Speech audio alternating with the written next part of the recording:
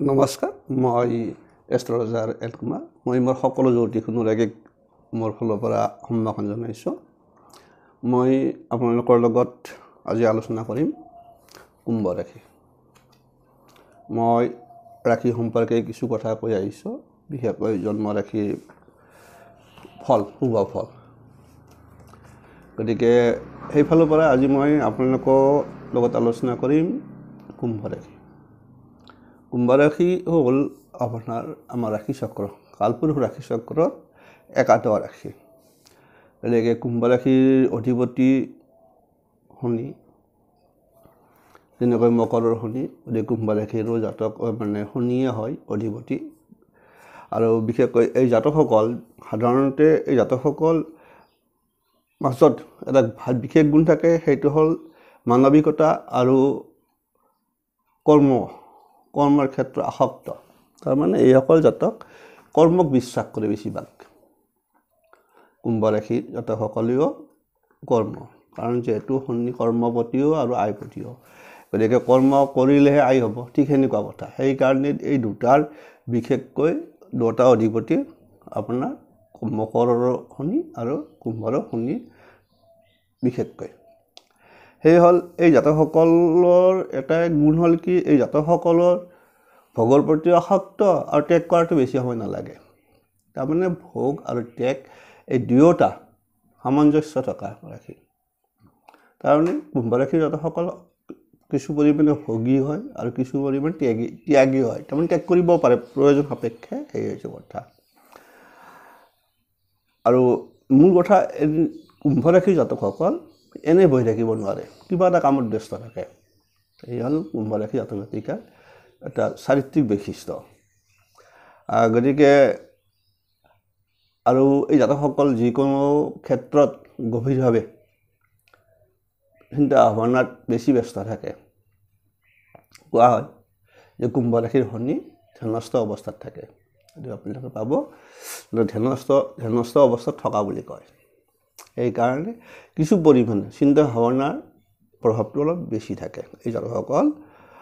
কিন্তু আনফালে এই জাতকসকলৰ এটাই গুণ, কুম্ভ ৰাশিৰ সেই জাতকসকল সময় আৰু সুযোগৰ অপেক্ষাত থাকে। গতিকে যেতিয়াই সুযোগ আহিব, যদিও চিন্তা ভাৱনা কৰি থাকে, কিন্তু যেতিয়াই সুযোগ আহিব সেই সুযোগ হাতৰ পৰা এৰি নিদিব। গতিকে এই এটা বিশেষ গুণ, এই জাতকসকলৰ আত্মবিশ্বাসটো প্ৰবল, আত্মবিশ্বাস প্ৰবল হৈ থাকে আৰু কাৰোবাৰ স্পষ্টভাৱে কথা ক'বলৈ ভয় নকৰে। এইখিনি হ'ল থুলমূল এজন কুম্ভ ৰাশিৰ জাতকৰ চাৰিত্ৰিক গুণ, বিশেষকৈ কুম্ভ ৰাশি হিচাপত। কিন্তু মই আগৰ ৰাশিবিলাকৰ যেনেকৈ কৈছোঁ, এতিয়াও আপোনালোকক সেইদৰে কৈ যাম। তাৰমানে মই জন্ম ৰাশি হিচাপত যিহেতু আপোনাৰ ভাগ্যফল এই শব্দটো উল্লেখ কৰিছোঁ। গতিকে আপোনালোকৰ কেনেকুৱা হ'ব পাৰে, যিসকলে কুম্ভ ৰাশি জাতক সেইসকলৰ সম্যক সূক্ষ্ম হ'ব, তাৰমানে যিটো কয়। মুখ্য কথাত আহক এতিয়া আপোনালোকে কুম্ভ ৰাশি জাতক, আপোনালোকক মই সুন্দৰভাৱে অলপমান বুজাই দিছোঁ, গম পাব। বিশেষকৈ অকণমান চাই ল'ব, আপোনালোকে নিজে গম পাব কিছু ক্ষেত্ৰত। মুখ্য কথা হ'ল কুম্ভ ৰাশি। কুম্ভ ৰাশিটো ক'লোঁ, গম পালে সেইটো। কিন্তু কথা হ'ল কি, কোনসকল জাতক জাতিকা কুম্ভ ৰাশিৰ হয়? আদ্যাক্ষৰ, যিসকল জাতক জাতিকাৰ আদ্যাক্ষৰ গ হয়, তালব্য হ হয় আৰু দন্তা হ হয়, এই জাতকসকল সাধাৰণতে কুম্ভ ৰাশিৰ অন্তৰ্ভুক্ত। তাৰমানে কুম্ভ ৰাশিৰ জাতক জাতিকাৰ সকলৰ আদ্যাক্ষৰবিলাক হয় গ দি হৈছে, নহ'লে তালব্য হ দি হৈছে, অথবা দন্তা হ দি হৈছে। গতিকে আপোনালোকৰ যদি কাৰোবাৰ কুণ্ডলী নাইও, আপোনালোকেও চাব পাৰে। কিন্তু আপোনালোকে যিহেতু শব্দ ব্ৰহ্ম, আপোনালোকে কিন্তু এই সংখ্যাৰে যদি আৰম্ভ হৈছে, তেনেহ'লে আপোনালোকে কুম্ভ ৰাশিৰ জাতক বুলি ধৰি ল'ব পাৰে। মুখ্য কথা হ'ল এই ৰাশিৰ অধিপতি হ'ল শনি গ্ৰহ। আপোনালোকে জানে এই অধিপতি হৈছে শনি গ্ৰহ। বিশেষকৈ কুম্ভ ৰাশিৰ জাতক জাতিকাৰ কাৰণে শুভবাৰ হ'ল শনিবাৰ, শুক্ৰবাৰ আৰু বুধবাৰ। তাৰমানে আপোনাৰ মকৰ ৰাশিৰ জাতক জাতিকাসকলৰ যিকেইটা বাৰ শুভ সেইকেইটা বাৰ বিশেষকৈ কুম্ভ ৰাশিৰ কাৰণে শুভ ধৰি ল'ব। আপোনাৰ ব্যক্তিত্ব পাৰ্চনেলিটি কেনেকুৱা হ'ব পাৰে, বিশেষকৈ কুম্ভ ৰাশিৰ মানুহসকল ভাবুক প্ৰকৃতিৰ হয়, কিছু পৰিমাণ দাৰ্শনিক, ধৰ্মপৰায়ণ, উদাৰ স্বভাৱ, এইকেইটা বিশেষকৈ আপোনালোকৰ ব্যক্তিত্ব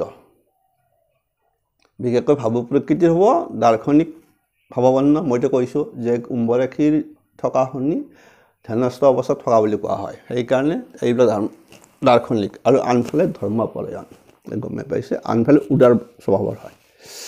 শুভ সময় আপোনালোকৰ শুভ সময় কেতিয়া হ'ব, যে 20ৰ পৰা 24 বছৰ। তাৰমানে শনি যিহেতু কৰ্মক বিশ্বাস কৰে, সেইবিলাক জাতকবিলাকে ৰখি নাথাকে আৰু, গতিকে যিকোনো কৰ্মত নহয়কৈ অগ্ৰসৰ হয়, সেইকাৰণে 20 বছৰৰ পৰাই আৰম্ভ হৈ যায়। মূল কথাটো সেইটোৱে। আয়ুস বিশেষকৈ কুম্ভ ৰাশি জাতকৰ 70ৰ পৰা 85 বছৰলৈ আছে। গতিকে আপোনালোকক কৈছোঁ যে 70ৰ পৰা 85 বছৰৰ প্ৰায় এনেকুৱাকৈ আখৰ দি থকাৰ মূল কাৰণটো হ'ল, আপোনালোকে কৈ থৈ দিলোঁ, যিসকলে আগতেও কৈছোঁ, এই বয়সবিলাক আপোনাৰ ৰাশিৰ মাজত সোমাই থকা 3টা নক্ষত্ৰৰ ওপৰত ডিপেণ্ড কৰে। কাৰণ কোনোবা এটা নক্ষত্ৰৰ আপোনাৰ ধৰক 70 আছে, কোনোবাটোৰ 75 বছৰ আৰু কোনোবাটো আপোনাৰ 85 বছৰ। সেইকাৰণে কোৱা হৈছে যে 70 পৰা 85, এইটো আপোনাৰ মই ইয়াত ভাঙি দিয়া নাই। মুখ্য কথা নক্ষত্ৰৰ ওপৰত ডিপেণ্ড কৰি আপুনি কোন নক্ষত্ৰত জন্ম আৰু কোন মানে চৰণত জন্ম, সেইমতে আপোনাৰ বয়সটো ইফাল সিফাল হৈ যায়। সেইকাৰণে থুলমূলটো 70ৰ পৰা 85 বছৰ সাধাৰণতে দি থোৱা আছে। আপোনাৰ স্বাস্থ্য আৰু ৰোগ ব্যাধি বিশেষকৈ কুম্ভ ৰাশিৰ বিশেষকৈ ৰোগ ব্যাধি বোলাৰ লগে লগে চকু কাণৰ ৰোগ, বিশেষকৈ কাণৰ ৰোগটো সম্ভাৱনাটো বেছি থাকে, চকুৰো থাকে কাণৰো থাকে।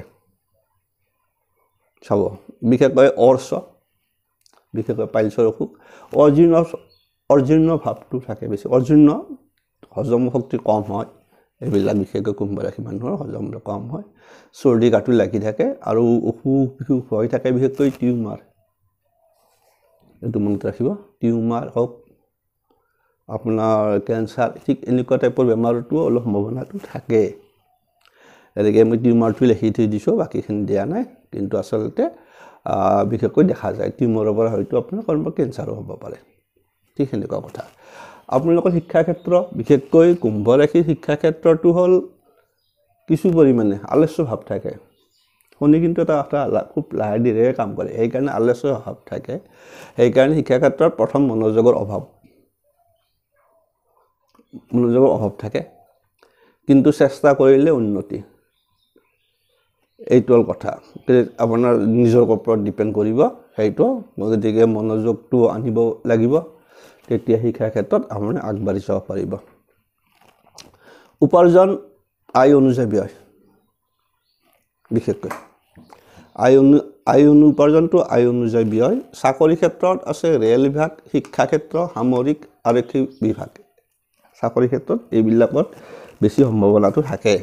বেলেগত কৰিব পাৰে, কাৰণ যিকোনো কৰ্মতে বিশেষকৈ মকৰ ৰাশি বা কুম্ভ ৰাশি মানুহ যিকোনো কৰ্ম ভয় নকৰে, যিকোনো কাম কৰিব। তথাপিতো বিশেষকৈ যদি ৰেল বা শিক্ষা ক্ষেত্ৰ বা সামৰিক বা আৰক্ষী বিভাগত থাকে, কিন্তু তাত কিন্তু খুব য'ত লাহে লাহে প্ৰমোশ্যনৰ সম্ভাৱনাটো থাকে, ঠিক সেনেকুৱা, কাৰণ শনি খুব লাহে লাহে উন্নতি কৰে।